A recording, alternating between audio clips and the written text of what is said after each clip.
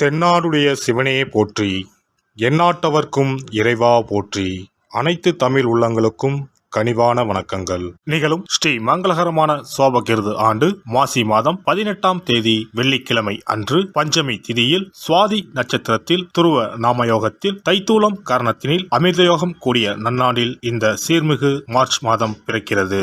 பிறக்கப் போகும் இம்மாதம் உங்கள் வாழ்வில் வளமும் நலமும் செல்வ செழிப்பும் பெற்று புதிய வாய்ப்புகள் புதிய வெற்றிகளுடன் மங்களகரமாக அமைய எல்லாம் வல்ல இறைவனை உளமாற வேண்டி விரும்பி கேட்டுக்கொள்கிறேன். இம்மாத கிரக நிலைகளை பார்க்கும்போது மேசத்தில் குருவும், கன்னி ராசியில் கேது பகவானும், மகர ராசியில் செவ்வாய் சுக்கிரனும், கும்ப ராசியில் சனி புதனுடன் சேர்ந்து சூரிய பகவானும் சஞ்சாரம் செய்கின்றனர். மார்ச் 2ஆம் தேதி புதன் பகவான் மீன ராசிக்கும், 8ஆம் தேதி சுக்கிர பகவான் கும்ப ராசிக்கும், 14ஆம் தேதி செவ்வாய் பகவான் கும்ப ராசிக்கும் இடப்பெயர்ச்சி அடைகின்றனர். இந்த கிரக அமைப்பினால் உங்கள் வாழ்வில் இம்மாதம் ஏற்படக்கூடிய சுப மற்றும் அசுப பலன்கள் என்ன என்பதனை பற்றி காண்போம். நடுங்க வைக்கும் குளிரோ தவிக்க விடும் வெயிலோ இல்லாமல் மிக இதமான சூழல் நிலவும் மாதம் இந்த மார்ச் மாதமாகும். பனிக்காலம் முடிந்து வசந்த காலம் துவங்க போகிறது. மாசி மாதத்தின் பிற்பகுதியும் பங்குனி மாதத்தின் முற்பகுதியும் இணையும் மாதம் இந்த மார்ச் மாதமாகும். கும்ப மாதமும் மீன மாதமும் இணைந்த இந்த மார்ச் மாதத்தில் பல திருப்பங்கள் உங்கள் வாழ்வில் நடைபெற உள்ளன. மகர ராசி அன்பர்களே, இம்மாதம் புதிய ஆடை ஆபரணங்கள் சேரும். விருந்து விசேஷங்களில் கலந்து கொள்ளும் வாய்ப்பு உண்டாகும். கணவன் மனைவிக்கு இடையே அந்யோன்யம் அதிகரிக்கும்.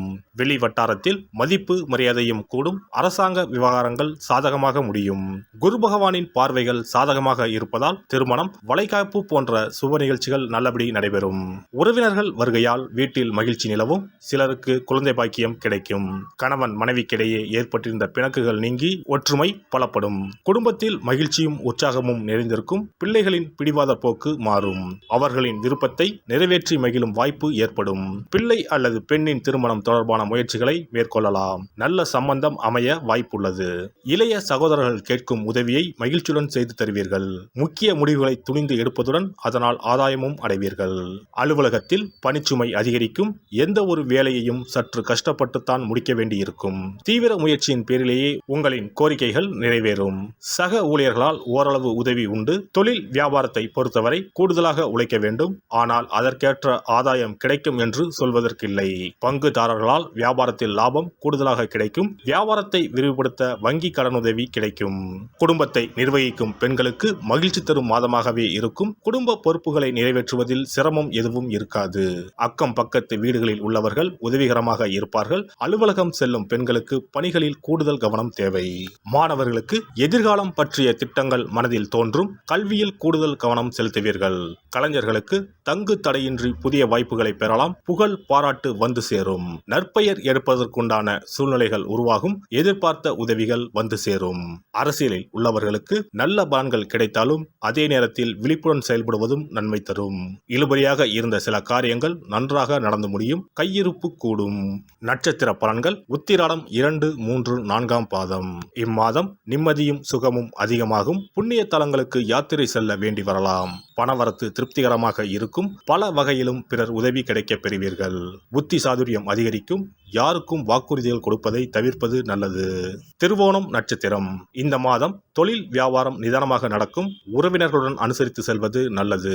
எல்லா விதமான காரியங்களும் சாதகமான பலன் தரும். பணவரத்து திருப்தி தரும். பக்தியில் நாட்டம் ஏற்படும். பணவரத்து அதிகரிக்கும். அவிட்டம் 1ஆம் 2ஆம் பாதம்.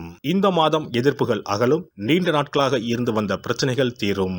உதவிகளை செய்து மன திருப்தி அடைவீர்கள். கொடுத்த வாக்கை காப்பாற்ற எடுக்கும் முயற்சிகள் சாதகமாக முடியும். மனதில் இருந்த குழப்பம் நீங்கி திருப்தி நிலவும். பணவரவு எதிர்பார்த்தபடி வந்து சேரும். சனி பகவானை தீபம் ஏற்றி வணங்கி வழிபட உடல் ஆரோக்கியம் பெறும். இனி இந்த மார்ச் மாதத்தில் மகா சிவராத்திரி எப்போது, இந்த நாளுக்கு அப்படி என்ன சிறப்பு என்பதனை பற்றி காண்போம். சிவபெருமானுக்கு எத்தனையோ திருநாமங்கள் உள்ளன. அவற்றில் மிக உயர்வானதாக சொல்லப்படுவது மகாதேவன் என்ற திருநாமம்.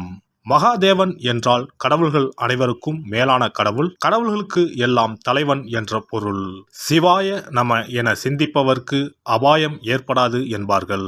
அப்படி கர்ம வினைகளில் இருந்தும் அனைத்து விதமான துன்பங்களில் இருந்தும் விடுபடுவதற்கு சிவனே கதி என சிவபெருமானை சரணடைவதற்கு ஏற்ற நாள் மகா சிவராத்திரி தினமாகும்.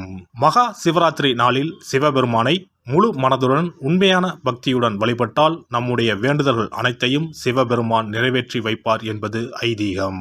கவலைகள் நீங்கி காரிய வெற்றியை தரக்கூடிய நாள் மகா சிவராத்திரி விரத நாளாகும்.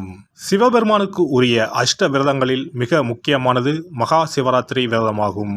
சிவபெருமானின் அருளை பெறுவதற்குரிய மிக உன்னதமான புண்ணிய நாளாகும். ஒவ்வொரு மாதமும் தேய்பிறை சதுர்த்தசி திதியில் வருவதை மாத சிவராத்திரி என்றும், மாசி மாதம் தேய்பிறை சதுர்த்தசியில் வருவதை மகா சிவராத்திரி என்றும் கொண்டாடுகிறோம். நாடு முழுவதும் சிவ பக்தர்களால் கோலாகலமாக கொண்டாடப்படும் விழாக்களில் மகா சிவராத்திரி விழாவும் ஒன்று. இந்துக்களின் மிக முக்கியமான விரத நாட்களில் இதுவும் ஒன்று. முப்பெரும் தேவர்களில் ஒருவரான சிவபெருமானுக்குரிய ராத்திரியாக சிவராத்திரி கொண்டாடப்படுகிறது. இந்த ஆண்டு மகா சிவராத்திரி விழா மார்ச் 8ஆம் தேதி கொண்டாடப்பட உள்ளது. அன்று இரவு 8:20 மணிக்கு துவங்கி மார்ச் 9ஆம் தேதி மாலை 6 மணி வரை சதுர்த்தசி திதி உள்ளது. இதனால் மார்ச் 8ஆம் தேதி இரவு 8:30 மணிக்கு பிறகே சிவராத்திரி பூஜை துவங்க வேண்டும். சூரிய பகவான் கும்பராசியில் பயணம் செய்யும் மாசி மாதத்தில் தேய்பிறை சதுர்த்தி நாளில் முதல் நாள் மாலை துவங்கி அடுத்த நாள் காலை வரை சிவனுக்கு தொடர்ந்து 4 கால பூஜைகள் செய்யப்படும். சிவராத்திரி அன்று இரவு முழுவதும் கண் விழித்து சிவ வழிபாடு செய்து அபிஷேகம், ருத்ராபிஷேகம் செய்து சிவ மந்திரங்களை உச்சரித்து சிவனின் அருளை வேண்டி பிரார்த்தனை செய்ய வேண்டும்.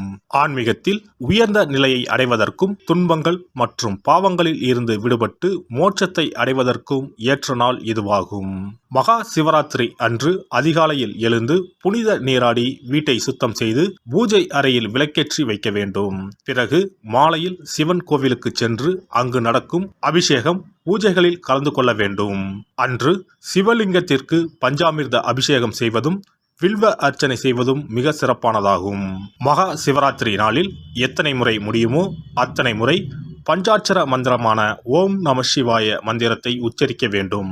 இது தவிர சிவபுராணம் பாராயணம் செய்வது மிகவும் சிறப்பானதாகும். இந்த நாளில் ருத்ராபிஷேகம் செய்வதும் கோவில்களில் நடக்கும் ருத்ராபிஷேகத்தில் கலந்து கொள்வதும் மிகவும் சிறப்பானதாகும். இந்த முறையில் மகா சிவராத்திரி விரதம் இருந்தால் முந்தைய 3 பிறவிகளில் செய்த பாவங்கள் நீங்கும். மனக்கவலைகள், நோய்கள், வறுமை நிலை ஆகியன நீங்கும்.